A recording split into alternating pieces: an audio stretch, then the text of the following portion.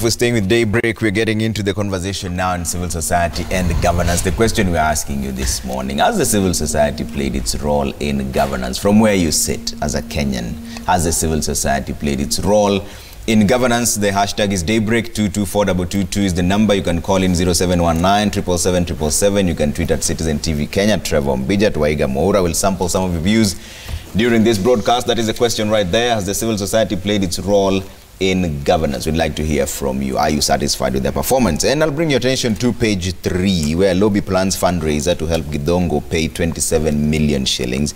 A lobby is planning to mobilize the public to raise money for former anti-corruption Caesar and whistleblower John Githongo, who was ordered to pay 27 million shillings to former cabinet minister Christopher Murungaru for linking him to corruption over 10 years ago. And this is where the conversation begins. Jerotich, I'll start with you. When such headlines come up, and then we're also wondering whether the civil society has played its role, is there double standards here? Is it realistic to expect them to play their role when such backlash comes up? Thank you. First of all kudos, hats off to John Githongo and the work he has done over the years in the fight against corruption.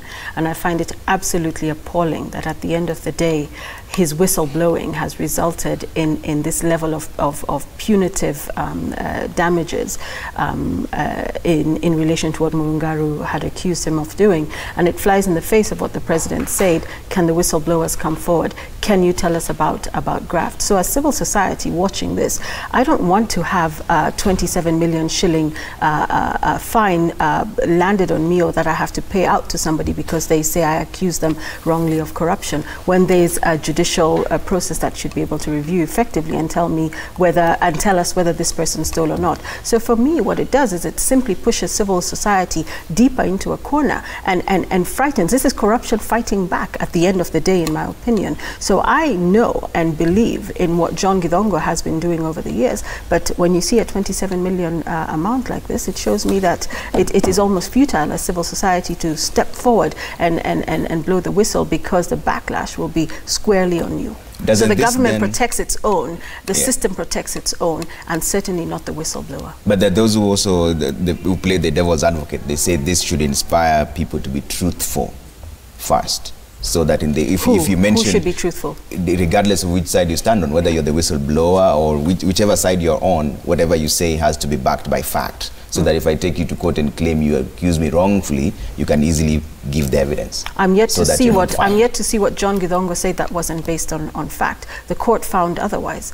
But if we're casting aspersions on John Githongo's findings, then I'm not there. I completely disagree. I would rather look more deeply into the system and say, where has the system colluded to make it appear as though civil society is also not truthful when it is digging out the facts? Let's ask those questions. Okay. Irungu, talk to us about the infrastructure in this country around whistleblowers and how they can be protected. And of course, weigh in on this whole John Githongo discussion.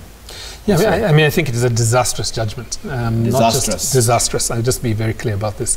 Not because, it's John Githongo and his history as a human rights and as a whistleblower for corruption is very clear.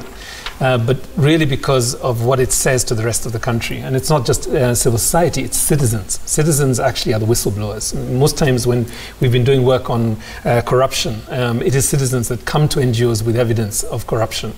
That will dry up in the wake of, if there are any more of these cases. I think the second thing to note is that, former Minister Murungaru did not continue to serve after the Anglo leasing scandal. He was dropped by Kibaki. So my question would be, if this, if this judgment is a statement of Murungaru's innocence, why was he dropped by the former president? Should the former president also be fined, right, for wrongful dismissal? And I don't think that's going to happen. It is his right to dismiss anyone he would like to dismiss, as Steve read for us just before the break. But if the argument that the dismissal was tied to those allegations... Yeah, it was tied to the Anglo leasing case, and he wasn't the only one. There were several other ministers who were dropped from cabinet because of the Anglo leasing case. So I think for me that's the first thing. The second thing really is that the opaqueness and the manner in which corruption essentially controls the information means that whistleblowing is actually a very difficult task, and there are not enough trainings and capacity buildings and confidence building processes that allow for citizens to be ready to report these cases. The other concern is really that people do not feel that if they report, A, they will be safe, but B, that their complaints will be acted upon. And I think that's the other side of the question, that if you do risk your life, if you do risk your safety, that actually anything will come of this. And I think the judgment essentially just confirms for many people that the system will fight back, and you may be left alone. So I think this proposal by the civil society organizations is a good proposal, and should be supported. Steve, as a legal mind, how can whistleblowers protect themselves even as they bring to light facts that others would want hidden? What would you advise anyone out there? Let me deal with the unintended consequence of this judgment. Okay. This judgment is a stern warning that whistleblowing is now a risky venture, and it has effectively demoralized governance enthusiasts. Is that the communication the court intended to do? It will be an ongoing debate.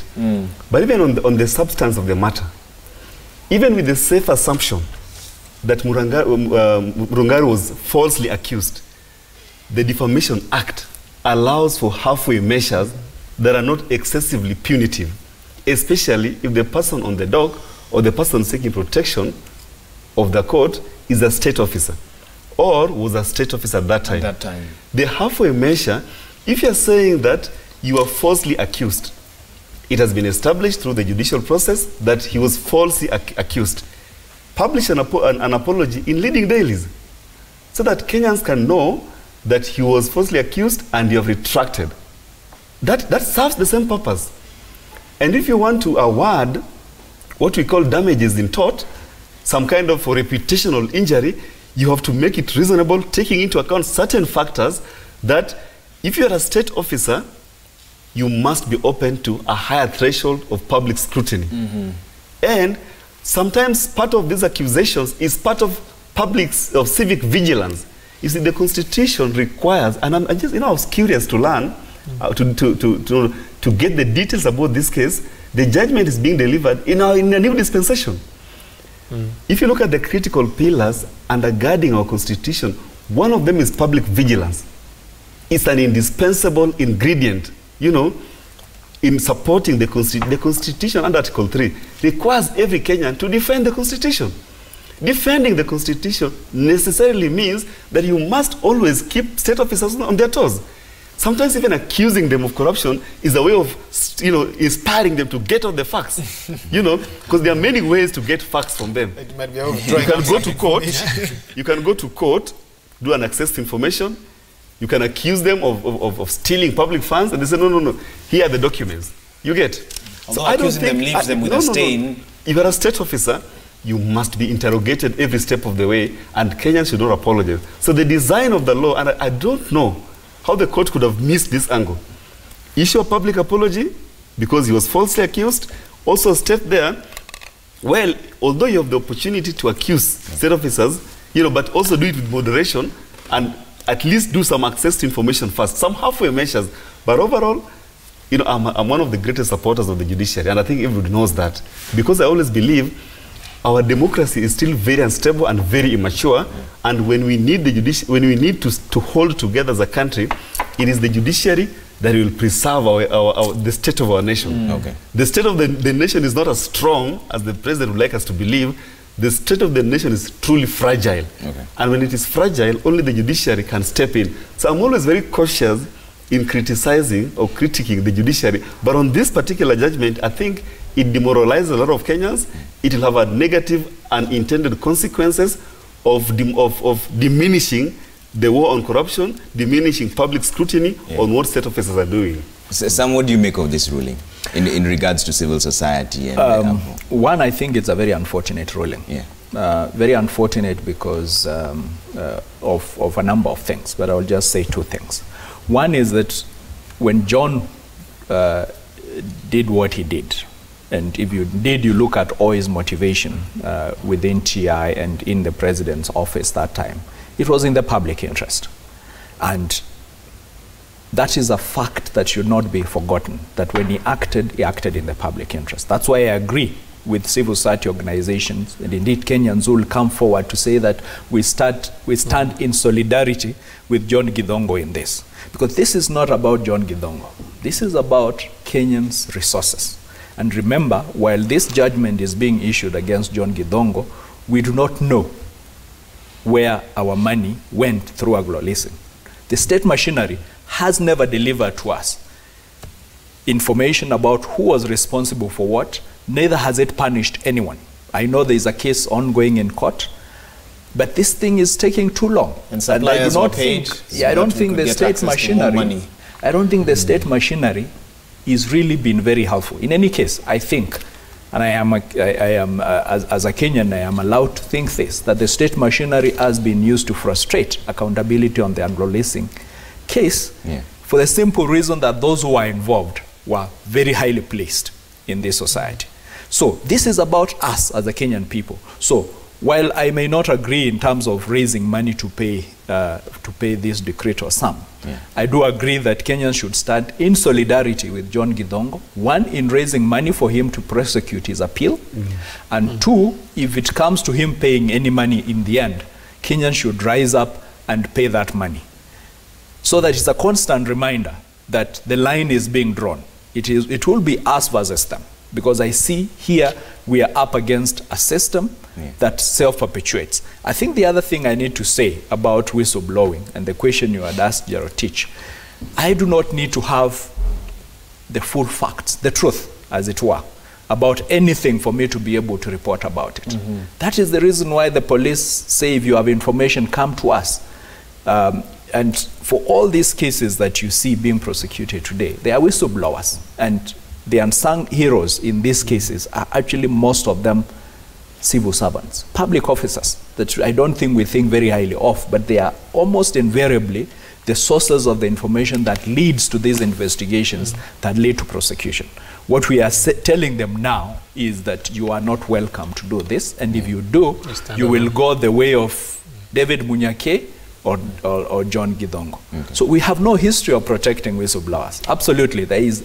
Even though, I mean, the agencies that are involved in law enforcement will tell you they have mechanism of protecting whistleblowers. But the big whistleblowers we know, and those are just a few, there are others I could mention, none of them has been celebrated. They have paid a very deep personal price. That is correct. And neither do we don't protect witnesses either. So it's whistleblowers, it's witnesses. If you go to other cases, if you go to, for example, the ICC witnesses and so on, where do they go? We don't have a track record of protecting people who are standing in the gap between the citizens and those who are accused of having done wrong, and specifically either harming citizenry, the citizens and stealing money and so on. So whether it's a witness, whether it's a whistleblower, you are not safe. So at a time, no, go ahead. Okay, which brings me to my next question, which was, there are potential whistleblowers and potential witnesses watching this program today. Listen to this discussion, it's all doom and gloom. They're sitting there, they're thinking, I know something's happening in the office that I'm working at, something's happening next door, and I want to say something. What are their options now? You see, the doom and gloom, and Irungu is cautioning us to be a little bit more optimistic. I don't think we need to paint a beautiful picture and a bright and rosy picture when the reality is quite different. And so for the whistleblowers out there, somebody who knows something, it goes beyond feeling that it is just your duty, or it has to do with feeling that it's your duty, but a deeper conviction, a belly deep conviction, a knowledge that no matter what, and now if you're talking about civil society, you go back to the 80s, you go back to the 90s, you see people who moved by conviction and said, no matter what, I will stand in the gap, I will do my best, and I know that this will come at great cost to me personally, my family, and those around me. But and so at the end of the day, somebody will then weigh all of that, and I personally do not blame people who step back from whistleblowing, because they calculate the cost and say, if I am killed today, if I am arrested today, if I am disappeared today, who is going to take care of my family? So it goes above and beyond the call of duty, which I think is absolutely unfair, that we have a system that requires you to risk life and limb to tell the truth. So I'm not going to sugarcoat it for anybody. It's not easy. Your phone will be tapped, you will be followed. There are people who've had to move houses severally. It's not an easy place, and some people have gone so far as to unfortunately lose their lives or be killed. So we're not going to say that it's an easy thing, but I also want to believe, and I keep saying it and I underscore it, that there are Kenyans of goodwill. There are Kenyans who are driven by a deeper sense of doing what is right. Kenyans who are guided by a value system that is around protecting what is ours as the citizens of this country. And those are the ones that I say, against all odds, if they still feel committed, they can do it undercover. There's also ways of blowing the whistle or passing on information to other people who are then more in the public space to say this is what is happening. But I would urge those Kenyans who, no matter what, feel deep within themselves that they want to tell the truth, to still find a way to tell the truth. I don't know how, and I cannot guarantee their protection.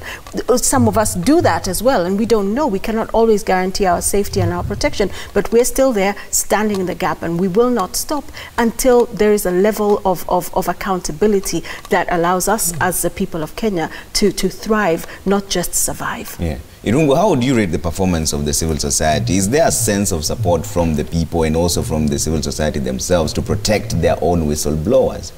Do you get that there's some sense of support?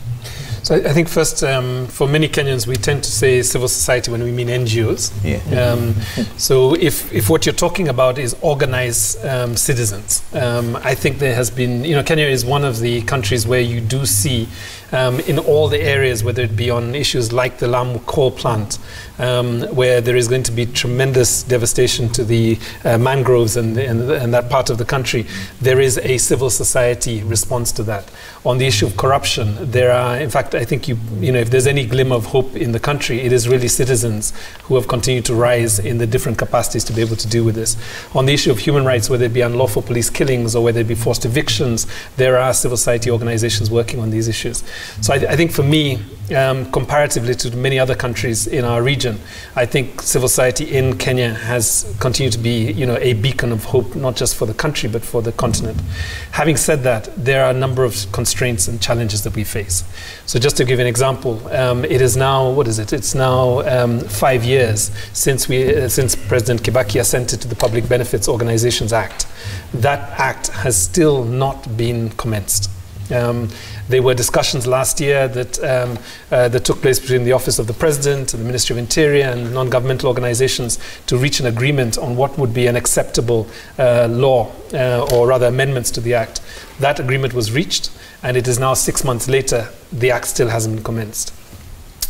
If you look at the funding for this work, much of it is not migrating from really a dependency on donors to something that is funded by Kenyans. I often say to the Kenyan middle class, how long do you want the white European American middle class to pay the salaries of Amnesty International staff to do your human rights work for you? At what point do you rise up and say, actually, human rights violations in this country or anti-corruption work should be funded by Kenyans first and foremost? So these are some of the constraints I think that, that we face as a country. And again, I think the challenge is not to go down the route of despair, resignation, cynicism, but to actually take responsibility and say, this stops with me. All right. And on that note, I believe we take a short break. When we come back, we still continue with the discussion. There's a lot of feedback coming through to our newsroom. Let's sample some of them right now, coming up on your screen on social media. All right. At Being Charlie, the unwanted attack against civil society is in bad taste. This intimidation will not work. The best way to support Githongo is a citizen's appeal and a citizen's public protest daily outside the Supreme Court until the insanity is defeated. Okay. All right, that's from Being Charlie. Let's read another one. Francis Kigondu says the panel is very critical of the judiciary on the Githongo issue. How come they're not putting the same pressure on the judiciary to complete and make rulings on corruption cases ongoing in court? Is it because Githongo is a civil society guy? That's from Francis. At Shiwaria, there is no war on graft and corruption. Instead, there is a war on whistleblowers, CSOs, and NGOs as well. All right. There's a question there which we'll pose to our panel when we come back. Right after the break. We'll see you in just a bit.